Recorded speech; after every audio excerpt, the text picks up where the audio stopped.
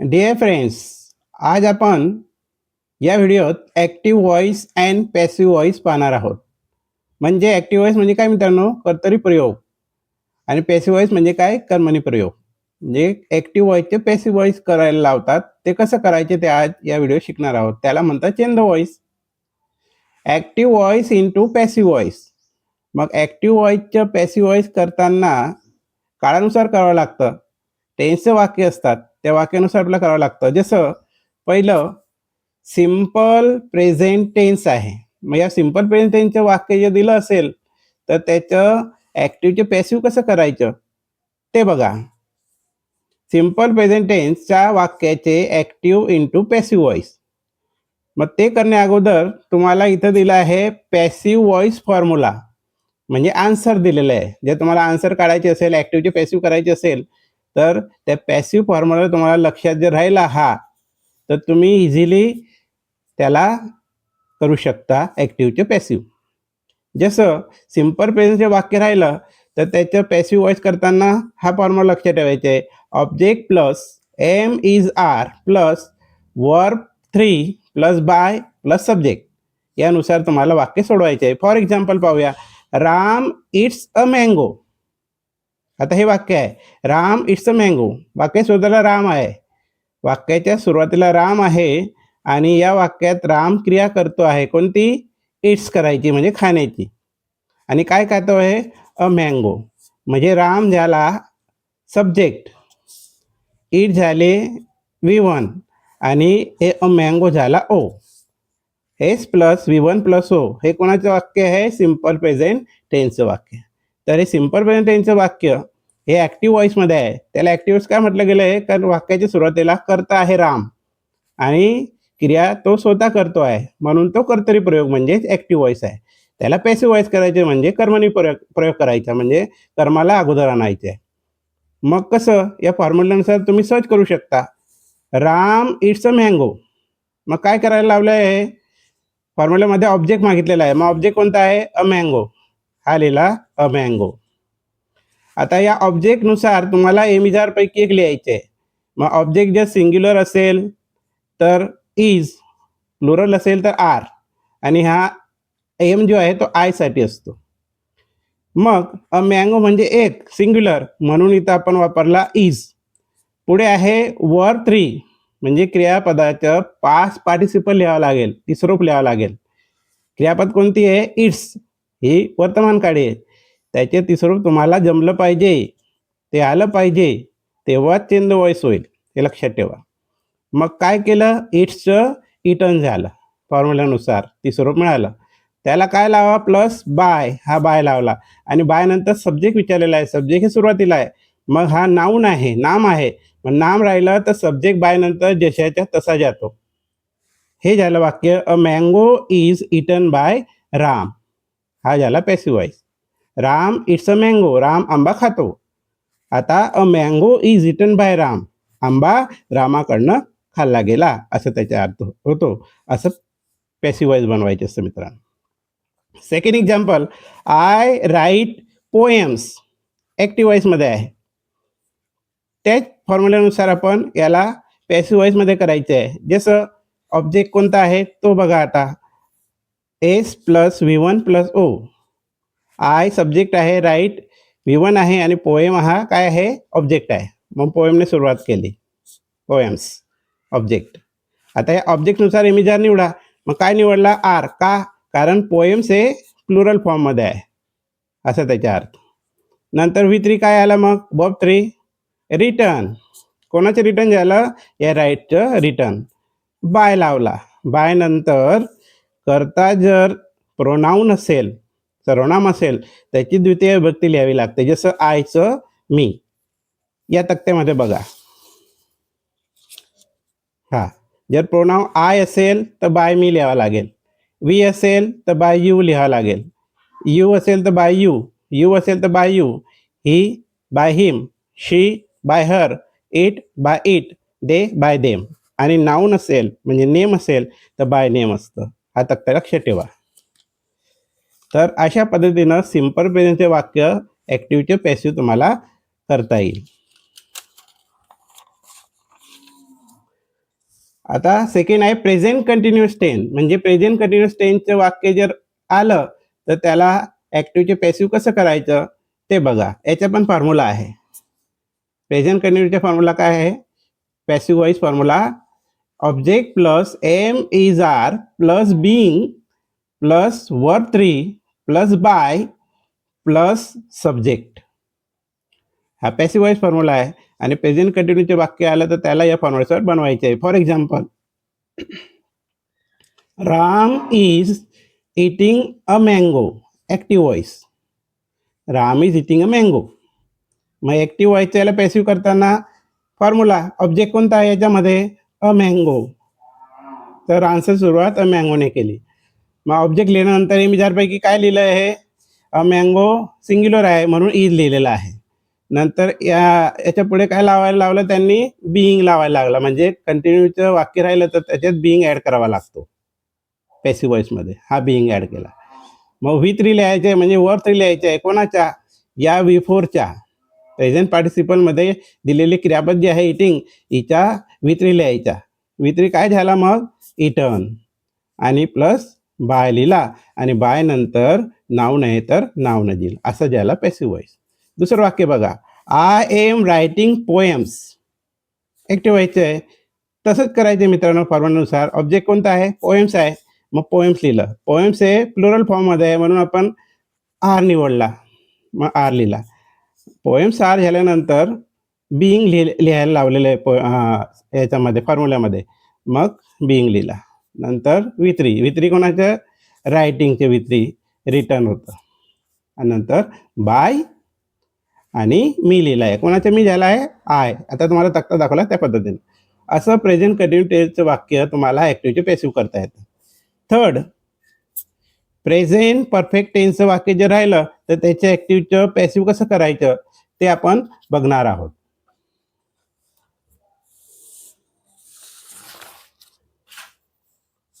आता हे present perfect टेन्सचं पॅसिव्ह वॉइस फॉर्म्युला आहे. काय आहे? Object plus have has plus been plus verb 3 plus by plus subject. या फॉर्म्युल्यानुसार तुम्हाला प्रेझेंट परफेक्ट टेन्सचं वाक्य ॲक्टिव्हचे पॅसिव्ह करायचे आहे. For examples, 1, Ram has eaten a mango. रामने आंबा खाल्लेला आहे असं त्याच्या अर्थ. याच्यात राम एस आहे, मँगो ऑब्जेक्ट आहे आणि इटन ऑलरेडी V3 आहे. V3 आहे म्हणजे पास्ट पार्टिसिपलमध्ये दिलेला आहे. याच्यामध्ये तुम्हाला आनंदाची गोष्ट काय मित्रांनो माहिती आहे का? तर V3 शोधायची गरज नाही. V3 दिलेला असतो, वर्ब दिलेला असतो, हे लक्षात ठेवायचं. मग फॉर्म्युला काय म्हणतो? ऑब्जेक्ट लिहा. ऑब्जेक्ट काय आहे? A mango. हा लिहिला अ मँगो. मग हॅव हॅज पैकी लावा. आता तुम्हाला फरक कळला पाहिजे, काही लिहिता येत नाही त्याच्यातनं. सिंग्युलर राहिलं तर हॅज, प्लुरल राहिलं तर हॅव, असं त्याचा अर्थ आहे. मग अ मँगो हे सिंग्युलर आहे म्हणून has, a mango has. Plus फॉर्म्युल्यामध्ये बीन लावायला लावलेलं आहे. परफेक्ट टेन्समध्ये बीन वापरता. हा झाला बीन. Verb 3 eaten. इटन दिलेलंच आहे वर्ब 3. मग ते उचलून तर लिहायचे इटन. त्याला लावायचा बाय आणि बाय नंतर सब्जेक्ट लिहायचं आहे राम. नाव नाही म्हणून जसे तसं असं सोडवायचे. Second, I have written poems. आता हे ॲक्टिव्ह व्हायचं पॅसिव्ह व्हायस करायचे प्रेझेंट परफेक्ट वाक्य. हा आहे ऑब्जेक्ट. मग ऑब्जेक्टची सुरुवात करायला लावली आहे ऑब्जेक्ट पोएम्स. ऑब्जेक्ट आहे फॉर्म्युल्यामध्ये म्हणजे ऑब्जेक्ट आहे पोएम्स. आता पोएम्सला म्हणजे या ऑब्जेक्टला हॅवॅजपैकी काय लावायचं? प्लुरल सिंग्युलर बघायचं. मग हे प्लुरल फॉर्ममध्ये असल्यामुळे याला हॅव लागला. आय हा अपवाद आहे मित्रांनो. आय जरी सिंग्युलर फॉर्ममध्ये असतो तरी त्याला नियमानुसार, ग्रामरच्या नियमानुसार हॅव लावा लागतो, हे लक्षात ठेवा. हॅव वापरल्यानंतर आपलं फॉर्म्युल्यानुसार बीन वापरायचा आणि बीन नंतर V3 कोणतं आहे? रिटर्न दिलेलं असतं. ते प्रेझेंट परफेक्टमध्ये दिलेलं असतं, हे लक्षात ठेवायचं. रिटर्न आणि बाय लावल्यानंतर सब्जेक्ट लिहायच्या शेवटी तो असा आयच्या मी तक्त्यानुसार. कळलं मित्रांनो? तर simple present, present continuous tense, present perfect tense यांचे ॲक्टिव्हचे पॅसिव्ह अशा पद्धतीनं सिम्पल पद्धतीने तुम्ही करू शकता. हे बाकीचे एक्सरसाइज आहेत, तुम्ही ट्राय करायचे आहे. आता आपण या व्हिडिओत बघणार आहोत सिम्पल पास्ट टेन्सचं ॲक्टिव्ह व्हॉइस, पॅसिव्ह व्हॉइस कसं केलं जातं ते बघणार आहोत. सिंपल पास्ट टेन्सचं वाक्य राहिलं तर त्याचे पॅसिव्ह वॉइस कसं करायचं, त्याच्यासाठी इथं पॅसिव्ह वॉइस फॉर्म्युला दिला आहे मित्रांनो. या फॉर्म्युल्याच्या आधारे तुम्ही इझिली सिंपल पास्टचं वाक्य पॅसिव्ह वॉइस करू शकता. For example, Ram at a mango. रामने आंबा खाल्ला.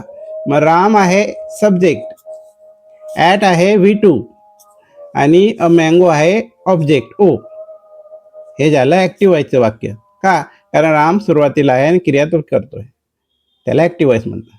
मग ह्या सिंपल पास्ट टेन्सचं वाक्य जसं S + V2 + O हा फॉर्म्युला सिंपल पास्टचा आहे. मग सिंपल पास्ट टेन्सचे वाक्य पॅसिव्ह फॉर्ममध्ये कसं करायचं, तर या पॅसिव्ह वॉइसच्या फॉर्म्युल्यानुसार करायचं. इथं ऑब्जेक्ट मागितलेला आहे, मग आपण या वाक्यामध्ये ऑब्जेक्ट शोधायचा.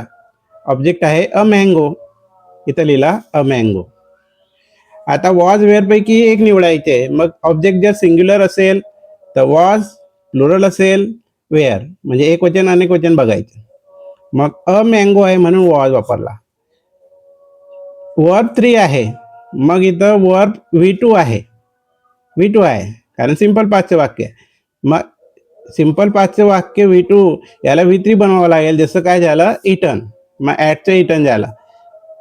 बाय लावायचा आणि बाय नंतर सब्जेक्ट म्हणजे हा राम इथं शेवटी लिहायचा. असं हे वाक्य सिंपल पास्टचे तुम्हाला सहज ॲक्टिव्हचे पॅसिव्ह करता येतं. For example second, I wrote poems. Active व्हायचं वाक्य. मग याच्यात पोएम्स हे ऑब्जेक्ट आहे. ऑब्जेक्टने सुरुवात करायला लावली आहे तर पोएम्सची सुरुवात केली आम्ही. मग त्याला लावायचे वॉज वेअर. मग पोएम्स सिंग्युलर आहे का प्लुरल आहे ते बघा. हे प्लुरल फॉर्ममध्ये आहे म्हणून आपण निवडला वेअर, हा वेअर. आणि वेअर नंतर वर्ब 3 पाहिजे आहे, पास्ट पार्टिसिपल पाहिजे आहे. कोणाचं? या V2 रोटचं. मग रोटचं काय झालं, रिटर्न. आणि रिटर्न नंतर बाय लावायचा आणि बाय नंतर सब्जेक्ट लिहायचा आय बाय मी. मग आय बाय मी कसं मित्रांनो, तर हा तक्ता पहा, हे आहे आय बाय मी. जर सर्वनाम असेल तर त्याची द्वितीय विभक्ती लिहिली जाते, हे लक्षात ठेवायचं. हे अशा पद्धतीने. हे आहे सिंपल पास्ट टेन्सचं ॲक्टिव्हचे पॅसिव्ह. नंतर पास्ट कंटिन्यू टेन्सचं वाक्य राहिलं ॲक्टिव्ह वॉइसमध्ये, त्याला पॅसिव्ह वॉइस कसं करायचं, तर या पॅसिव्ह वॉइस फॉर्म्युलानुसार करायचं आहे. पास्ट कंटिन्यूचं पॅसिव्ह वॉइस फॉर्म्युला असा आहे, object plus was were plus being, कंटिन्यूमध्ये बिईंग वापरता, plus verb 3 plus by plus subject. For example, Ram was eating a mango. Ram आंबा खात होता, हे ॲक्टिव्ह वॉइस झालं. तर याला पॅसिव्ह फॉर्ममध्ये या फॉर्म्युलाचं करायचं आहे. मग ऑब्जेक्ट निवडा. ऑब्जेक्ट कुठं सापडतो आपल्याला, शेवटी हा ऑब्जेक्ट आहे. ऑब्जेक्टची सुरुवात झाली अ मँगो. ऑब्जेक्टला वॉज वेअरपैकी सिंग्युलर प्लुरल बघून लावायचा. अ मँगो सिंग्युलर आहे म्हणून वॉज आणि बिईंग त्याच्यानंतर लिहायचं आहे. मग वर्ब 3 मागितलेला आहे, मग हा V4 आहे. पास्ट पार्टिसिपल करायचे याचं, म्हणजे हा प्रेझेंट पार्टिसिपल आहे, क्रियापद चौथं रूप आहे, याला तिसरं रूप करायचे आहे. जसं झालं इटन आणि नंतर त्याला लावायचा बाय आणि बाय नंतर सब्जेक्ट सांगितला आहे. मग सब्जेक्ट कोण आहे, राम. हा राम लिहिला, हा झाला पॅसिव्ह आहे. Second, I was writing poems. Poems object आहे, मग ऑब्जेक्ट मागितलं आहे, मग पोएम्स लिहिलं. मग ऑब्जेक्टला वॉज वेअरपैकी लावला वेअर. का? कारण पोएम्स हे प्लुरल फॉर्ममध्ये आहे. नंतर फॉर्म्युलानुसार बिईंग लावला आणि बिईंग नंतर रायटिंगचं V4चं V3 केलं आपण, तिसरं रूप केलं, पास्ट पार्टिसिपल केलं रिटर्न आणि त्याला फॉर्म्युलानुसार लावला बाय आणि बाय नंतर आयचं मी, तक्त्यानुसार सांगितल्याप्रमाणे. हे आहे पास्ट कंटिन्यू टेन्सचं ॲक्टिव्हचे पॅसिव्ह. आलं का लक्षात? नंतर पास्ट परफेक्ट टेन्स पाहूया मित्रांनो. तर पास्ट परफेक्ट टेन्सचं वाक्य जर ॲक्टिव्ह व्हॉइसचे असेल त्याला पॅसिव्ह व्हॉइसमध्ये कसं करायचं, सिंपल फॉर्म्युला लक्षात ठेवायचा पॅसिव्ह व्हॉइसचा. कोणाचा फॉर्म्युला आहे हा, पास्ट परफेक्ट टेन्सचा. सर्व टेन्सेसचे वेगवेगळे पॅसिव्ह व्हॉइस फॉर्म्युले असतात, ते लक्षात ठेवायचे. मग object plus had plus been plus verb 3 plus by plus subject यानुसार तुम्हाला ॲक्टिव्हचे पॅसिव्ह करायचे. For example, 1. Ram had eaten a mango. रामने आंबा खाल्लेला होता. हे ऍक्टिव्ह आहे. याला पॅसिव्ह करायचे. ऑब्जेक्ट काय आहे मग याच्यामध्ये? A mango. हा लिहिला अ मँगो. पुढे लावायचे हॅड. आता इथं दोन ऑप्शन नाही आहेत, एकच आहे, हॅड आहे, कारण ते पास्ट परफेक्टच्या वाक्यामध्ये हॅडच वापरतो आपण फॉर्म्युल्यानुसार. मग हॅड लावायचा, मग ते सिंग्युलर असो और प्लुरल असो, ते हॅड लावला. नंतर परफेक्ट टेन्समध्ये बिन वापरता, हा बिन लावला. बिन नंतर वर्ब 3 लिहायला लावलेला आहे. मग वर्ब 3 कुठं आहे? इथं इटन आहे. या वाक्यात सुद्धा पास्ट परफेक्ट म्हणजे present perfect, past perfect, future perfect या परफेक्ट टेन्समध्ये V3 दिलेला असतो ॲक्टिव्ह वॉइसमध्ये, त्याची पॅसिव्ह वॉइस करताना तो लिहावा लागतो. हे लक्षात ठेवा. इटन नंतर लावायचा बाय आणि बाय नंतर करता राम. हा झाला passive voice. Second example, I had written poems. हा ऑब्जेक्ट आहे. ऑब्जेक्टने सुरुवात केली पोएम्स, त्याला लावला हॅड. मग सिंग्युलर असो व प्लुरल असो, हॅड लावला. नंतर परफेक्टमध्ये बिन लावता. नंतर रिटर्न हे V3 दिलेलं जे आहे ते V3 तुम्हाला जसं लिहायचं आहे. आणि मग बाय लावायचं आणि बाय नंतर आय हा प्रोनाऊन आहे, त्याची द्वितीय व्यक्ती मी आहे. तक्त्यानुसार तुम्ही बदल करायचे. तर असं पास्ट परफेक्ट टेन्सचं ॲक्टिव्ह वॉइसचं पॅसिव्ह वॉइस करू शकता मित्रांनो. आलं का लक्षात तुमचं? Simple past, past continuous tense आणि पास्ट परफेक्ट टेन्सचं ॲक्टिव्हचे पॅसिव्ह म्हणजे चेंज द वॉइस असं केलं जातं. तर हा या वेळेत आता आपण पाहणार आहोत सिम्पल फ्युचर टेन्सचं active voice into passive voice कसं केलं जातं. म्हणजे सिम्पल फ्युचर टेन्सचं वाक्य राहिलं तर त्याला ॲक्टिव्ह वॉइसचे पॅसिव्ह वॉइस कसं केलं जातं ते पाहणार आहोत. सिम्पल फ्युचर टेन्सचं वाक्याचं पॅसिव्ह वॉइस करताना तुम्हाला पॅसिव्ह वॉइस फॉर्म्युला लक्षात ठेवायचा आहे. त्यानुसार केलं तर सहज तुम्हाला तो पॅसिव्ह वॉइस करता येईल. For example, Ram will eat a mango. Ram आंबा खाणार. मग हे ॲक्टिव्ह वॉइसचं वाक्य, याला पॅसिव्ह करताना या फॉर्म्युल्या आधारे तुम्ही सर्च करू शकता. काय मागितलं आधी? ऑब्जेक्ट. मग याच्यामध्ये ऑब्जेक्ट कोण आहे? A mango. मग अ मँगोने सुरुवात करायची पॅसिव्ह वॉइसची आणि अ मँगोला पुढे फॉर्म्युल्यामध्ये शल बी किंवा विल बी लावायचं आहे. फ्युचर टेन्सचं वाक्य असल्यामुळे शल बी विल बी पैकी वापरायचे आहे. मग शल बी विल बी कोणाला वापरणार? तर इथं सिंग्युलर प्लुरल काही नाही आहे. हा शल बी फक्त तुम्ही नियमानुसार बघायला गेले तर आयला आणि वीला लावतात. इथं जर आय आणि वी आला असता तर तुम्ही शल बी वापरला असता. बाकी सर्व कर्त्यांना विल बी लावलं जातं. लक्षात? मग तो ऑब्जेक्ट असो सब्जेक्ट असो त्याला विल बी लावलं जातं. मग आता इथं मँगो हे ऑब्जेक्ट आहे, म्हणजे आता हा ऑब्जेक्ट काय झाला? सब्जेक्ट झाला. हे लक्षात ठेवायचं. मग त्याला काय लावलं आपण? Will be. मग तो सिंग्युलर असो का प्लुरल असो. नंतर फॉर्म्युल्यामध्ये वर्ब 3 मागितलेला आहे. मग ही इट जी आहे ती सिम्पल फ्युचरमध्ये V1 आहे. मग इटचं तुम्हाला V3 करायचं आहे पास्ट पार्टिसिपल इटन. हे इटन झालं. हे महत्त्वाची गोष्ट आहे. तुम्हाला V1, V2, V4 यांचे V3 आलं पाहिजे, तेव्हाच पूर्ण कंप्लीट सेंटेन्स होईल पॅसिव्ह व्हायचं. अदरवाईज होणार नाही. हे लक्षात ठेवायचं. रिमेंबर. ओके. नंतर मग बाय लावायचं. बाय लावला आणि नंतर मग सब्जेक्ट राम आहे तो राम लिहिला. नाऊन आहे म्हणून तो नाऊन दिल. असा हा पॅसिव्ह व्हॉइस आहे. Second, I shall write poems. बघा आता आय आला आहे म्हणून इथं शल लावला गेलेला आहे. तुम्ही विल पण वापरतात, हे लक्षात ठेवायचं. पण नियमानुसार आयला आणि विला शल लावतात. मग आता पोएम्स हा ऑब्जेक्ट आहे. मग ऑब्जेक्टने सुरुवात करायला लावलेली फॉर्म्युल्यानुसार हा आहे ऑब्जेक्टचा पोएम. ऑब्जेक्ट आहे पोएम. मग त्याला लावायचं शल बी विल बी पैकी. मग शल बी विल बी पैकी लावला विल बी, सिंग्युलर असो प्लुरल. नंतर राईट हे V1 दिले आहे ॲक्टिव्ह वॉइसमध्ये, त्याची पॅसिव्ह करताना तुम्हाला V3 बनवायला लावलं आहे फॉर्म्युल्यानुसार वर्ब 3. त्याचं होतं रिटर्न आणि रिटर्न नंतर बाय लावायचा, म्हणजे V3 नंतर बाय लावायचा आणि बाय नंतर नाऊन प्रोनाऊन बघायचं. नाऊन असेल तर तो देईल आणि प्रोनाऊन असेल तर त्याची द्वितीय व्यक्ती येते, जसं I by me, we by us तक्त्यानुसार. लक्षात? असं आहे सिम्पल फ्युचर टेन्सचं ॲक्टिव्हचं पॅसिव्ह. नंतर फ्युचर कंटिन्युअस टेन्सचे वाक्य जे दिलं असेल ॲक्टिव्हचे पॅसिव्ह करताना, तर तुम्हाला फ्युचर कंटिन्युअसचे वाक्य ॲक्टिव्ह व्हॉइसचं पॅसिव्ह व्हॉइस करताना पॅसिव्ह फॉर्म्युला लक्ष ठेवायचा आहे. पॅसिव्ह व्हॉइस फॉर्म्युला लक्ष ठेवायचा आहे. काय आहे तो? Object plus will be shall be plus being plus verb 3 plus by plus subject. For example, Ram will be eating a mango हे वाक्य आहे. मग या वाक्यामध्ये तुम्ही आधी ऑब्जेक्ट शोधायचे आहे. ऑब्जेक्ट आहे अ मँगो आणि ऑब्जेक्टने सुरुवात करायला लावली आहे. मग हा मँगो इथं आला सुरुवातीला, सब्जेक्ट झाला हा, ऑब्जेक्टने सुरुवात झाली फॉर्म्युलानुसार. मग त्याला लावायचं आहे शॅल बी किंवा विल बी पैकी एक. मग तुम्ही निवडला विल बी. का? कारण शॅल बी हे आय आणि विला आपण लावतो ग्रॅमॅटिकल नियमानुसार. मग अ मँगो विल बी नंतर कंटिन्यू टेन्समध्ये बिंग वापरता, मग हा बिंग लावला आणि बिंग नंतर वर्ब 3 मागितलेला आहे. वर्ब 3 कोणाचा? हा इटिंगचा, प्रेझेंट पार्टिसिपलचा म्हणजे V4चा. मग तुम्हाला माहिती पाहिजे काय होतं त्याचं, इटन V3 होतं आणि लगेच तुम्ही लावायचा बाय आणि बाय नंतर सब्जेक्ट म्हणजे राम नाव नाही म्हणून. हा झाला पॅसिव्ह व्हॉइस. AV म्हणजे ॲक्टिव्ह व्हॉइस, PV म्हणजे पॅसिव्ह व्हॉइस, हे लक्षात ठेवायचं. Second, I shall be writing poems. या वाक्यात पोएम्स हा ऑब्जेक्ट आहे.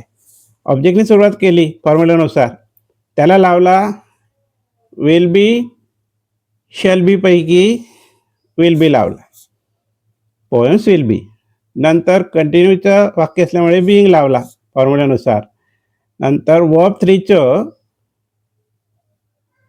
रिटर्न केलेलं आहे इथं. का? इथं रायटिंग आहे, हा V4 आहे, प्रेझेंट पार्टिसिपल आहे. मग याचं रायटिंगचं रिटर्न होतं V3, हे लक्षात ठेवायचं. तिसरं रूप पास्ट पार्टिसिपल. मग त्याला लावला बाय आणि बाय नंतर आय हे प्रोनाउन असले त्याची द्वितीय व्यक्ती मी लिहायची.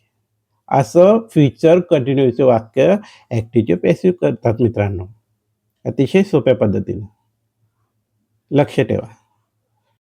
नंतर फ्युचर परफेक्ट टेन्सचं वाक्य राहिलं तर त्याचं ॲक्टिव्ह व्हॉइसचे पॅसिव्ह व्हॉइस कसं करायचे मित्रांनो?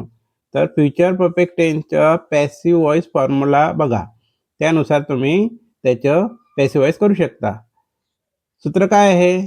Formula object plus shall have will have plus been plus verb 3 plus by plus subject. या फॉर्म्युलानुसार तुम्हाला फ्युचर परफेक्ट टेन्सचे वाक्य पॅसिव्ह व्हॉइसमध्ये करायचे. For example 1, Ram will have eaten a mango. तर या वाक्यामध्ये अ मँगो हा ऑब्जेक्ट आहे, इटन हे V3 आहे, वर्ब 3 आहे, हा लक्षात. मग या वाक्याचं या ॲक्टिव्ह व्हॉइसचं पॅसिव्ह व्हॉइस कसं करायचे? तर ऑब्जेक्टने सुरुवात करायची आहे. फॉर्म्युलानुसार ऑब्जेक्ट मागितलेला आहे, मग ऑब्जेक्ट लिहिला आपण अ मँगो आणि या ऑब्जेक्टला शॅल हॅव विल हॅव पैकी लावायचं. मग याच्यामध्ये ऑब्जेक्ट सिंग्युलर असो अथवा प्लुरल असो त्याला विल हॅव लावायचा राहतो आणि आय आणि वी आला तर शॅल हॅव लावायचा राहतो मित्रांनो. मग इथं लावला आहे अ मँगोला विल हॅव, नंतर प्लस बीन लावायचा, परफेक्ट टेन्समध्ये बीन लावता आणि नंतर वर्ब 3 लावायचे. तर परफेक्ट टेन्स जे राहिले तर त्याच्यामध्ये पास्ट पार्टिसिपल दिलेलं राहतं, तेच उचलून लिहायचं असतं पॅसिव्ह व्हॉइसमध्ये. इटन. नंतर बाय लावायच्या फॉर्म्युल्यानुसार प्लस सब्जेक्ट कोण आहे? राम, मग राम असं लिहायचं. हा झाला passive voice. Second, I shall have written poems. मग या वाक्यात पोएम्स हा ऑब्जेक्ट आहे, ऑब्जेक्टने सुरुवात करायची आहे, हे केली पोएम्स. त्याला लिहायच्या फॉर्म्युल्यानुसार शॅल हॅव विल हॅव पैकी तर आपण विल हॅव लिहिला आणि त्याला बिन लावला आणि बिन नंतर V3 दिलेलाच आहे, तो इथं लिहिलेला आहे, रिटर्न. नंतर त्याला बाय लावला, बाय नंतर जर प्रोनाउन नाऊन असेल तर नाऊन लिहायचा आणि प्रोनाउन असेल तर त्याच्या द्वितीय व्यक्ती लिहायची, जसं आयचं मी, वीच्या अस, यूच्या यू, देच्या देम, अशा पद्धतीनं. तर अशा पद्धतीने तुम्ही फ्युचर परफेक्ट टेन्सचं ॲक्टिव्ह व्हॉइसचं पॅसिव्ह व्हॉइस करू शकता. आलं का लक्षात मित्रांनो? ते आपण आता बघणार आहोत आज्ञार्थी वाक्याचं चेंज व्हॉइस कसं करतात ते. आज्ञार्थी वाक्य म्हणजे काय? Imperative sentence. तर इम्परेटिव्ह सेंटेन्सचं वाक्य राहिलं तर त्या वाक्याचं चेंज व्हॉइस करायला लावतात. ते कसं करायचं? रूल्स बघूया. आज्ञार्थी वाक्याची सुरुवात मुख्य क्रियापदाने होते, म्हणजे मेन वर्बने होते. म्हणजे तुम्हाला आज्ञार्थी वाक्य हे दिलेलं आज्ञार्थी वाक्य आहे, हे कसं ओळखता येईल? तर त्या आज्ञार्थी वाक्याची म्हणजे त्या इम्परेटिव्ह सेंटेन्सची सुरुवात मेन वर्बने होते. जसं स्टॉप शब्द आहे, स्टॉप, स्टॉप द कारमध्ये स्टॉप हे V1 आहे, मुख्य क्रियापद आहे, क्रियापदाचे पहिलं रूप आहे. इथं कर्ता नसतो सुरुवातीला. क्रियापदाने सुरू झालेले वाक्य आणि ऑब्जेक्ट असलेलं वाक्य, क्रियापदानंतर असलेलं ऑब्जेक्ट हे V1 आणि ऑब्जेक्ट हे असं वाक्य हे आज्ञार्थी वाक्य असतं. म्हणजे आज्ञार्थी वाक्याची सुरुवात मुख्य क्रियापदाने होते, लक्षात ठेवायचे. लक्षात. तर मग आज्ञार्थी वाक्य सुरुवात मुख्य क्रियापदाने होते म्हणजे मेन वर्बने होते. नंतर त्या इम्परेटिव्ह वाक्याचं चेंज वॉइस करताना काय करावं लागणार आहे? मग तुम्हाला हा फॉर्म्युला लक्षात ठेवायचा आहे. काय फॉर्म्युला? आन्सरचा let plus object plus be plus verb 3 या फॉर्म्युला वापरून आज्ञार्थी वाक्याचे चेंज वॉइस तुम्ही करू शकता. मग याच्यामध्ये लेट म्हणजे काय? लेट म्हणजे परमिशन, हा एक अर्थ होतो. लेट म्हणजे आज्ञा, हा असा अर्थ होतो. मग आपण आज्ञार्थी वाक्य शिकतोय, मग आज्ञार्थी वाक्याच्या चेंज वॉइस शिकतोय म्हणजे आपल्याला लेट हे आज्ञार्थी शब्द आपल्याला इथं वापरावं लागणार. ते कसं? आपण एक्झाम्पल पाहूया. For example 1 stop the car. आता स्टॉप द कार हे वाक्य आहे आज्ञार्थी वाक्य, इम्परेटिव्ह वाक्य. का? कारण मुख्य क्रियापदाने सुरुवात झालेली आहे, करता नाही आहे, हे लक्षात ठेवायचं. मुख्य क्रियापद सुरुवात झाली आहे आणि इथं ऑब्जेक्ट आहे. मग स्टॉप द कार हे असं वाक्य आज्ञार्थी वाक्य आहे. मग त्याचे आन्सर लिहिताना तुम्हाला हा फॉर्म्युला लक्षात ठेवायचा, यानुसार आन्सर काढू शकता. काय सांगितलं आहे? आधी लेट लिहायचं, आन्सरमध्ये लेटने सुरुवात केली. लेटनंतर काय करायचं मित्रांनो? ऑब्जेक्ट लिहायला लावला आहे. मग ऑब्जेक्ट कोण इथं? द कार लिहिला आणि नंतर बी लावा, मग बी लावला आणि बी नंतर वर्ब 3 लिहायचं आहे. हे तुम्हाला लक्षात ठेवायचे. मुख्य क्रियापदाचं तिसरं रूप म्हणजे पास्ट पार्टिसिपल आलंच पाहिजे. कोणाचं? हे मुख्य क्रियापद दिली असेल सुरुवातीला वाक्यात त्याचं. मग स्टॉपचं V3 काय येईल? तिसरं रूप काय येईल? स्टॉप्ड. हे तुम्हाला करता आलं पाहिजे.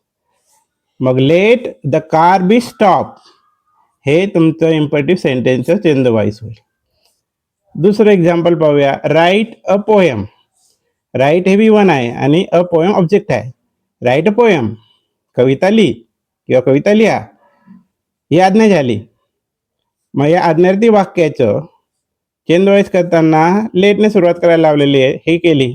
नंतर ऑब्जेक्ट लिहिला पोएम, नंतर फॉर्म्युलानुसार बी लावला. बी नंतर या V1च्या या राईटच्या तुम्हाला V3 माहिती पाहिजे, पास्ट पार्टिसिपल माहिती पाहिजे, ते आहे रिटर्न आणि फुल स्टॉप. असं तुम्हाला आन्सर लिहायचे आहे. सर्व आन्सर कशाने लिहिता येईल तुम्हाला हा फॉर्म्युला लक्षात ठेवायचा त्यानुसार. Third change the voice. आता तुम्ही सांगाल चेंज द वॉइसचं आपण चेंज द वॉइस शिकतोय आणि चेंज द वॉइस नाव कसं काय आलं सेंटेन्स म्हणून? तर मित्रांनो, चेंज द वॉइस या सेंटेन्सचं चेंज द वॉइस करता येतं, लक्षात ठेवा. काही प्रश्न विचारतात, तुला चेंज द वॉइस येतं का रे? मग कन्फ्यूज होऊन जातो, अरे चेंज द वॉइस कसं करता येईल? तर इथं या स्टेटमेंटमध्ये वाक्यामध्ये चेंज ही आता V1 आहे, हे लक्षात ठेवायचे. चेंज म्हणजे बदलणे. मग क्रियापद आहे हे, आणि क्रियापद असल्यामुळे ते आज्ञार्थी वाक्यामध्ये येतं. नंतर हा ओ आहे द वॉइस. मग याचं चेंज द वॉइस सुद्धा होतं. ते असं लेटने सुरुवात, ऑब्जेक्ट लिहायचा द वॉइस, नंतर नियमानुसार बी लावायचं आणि बी नंतर चेंज या पहिल्या रूपाचं तिसरं रूप तुम्हाला आलं पाहिजे, ते चेंज. अशा पद्धतीने तुम्ही इम्परेटिव्ह सेंटेन्सचं चेंज द वॉइस करू शकतात. Very simple. लक्षात मित्रांनो, हे 2 उदाहरणं तुम्हाला एक्सरसाइजमध्ये दिले आहेत, ते तुम्ही ट्राय करायची आहे. तर हा आज्ञार्थी वाक्याचं चेंज द वॉइसचा व्हिडिओ जर तुम्हाला आवडला असेल तर तुम्ही नक्कीच लाईक करा, शेअर करा आणि चॅनलला सबस्क्राईब करा. थँक्यू.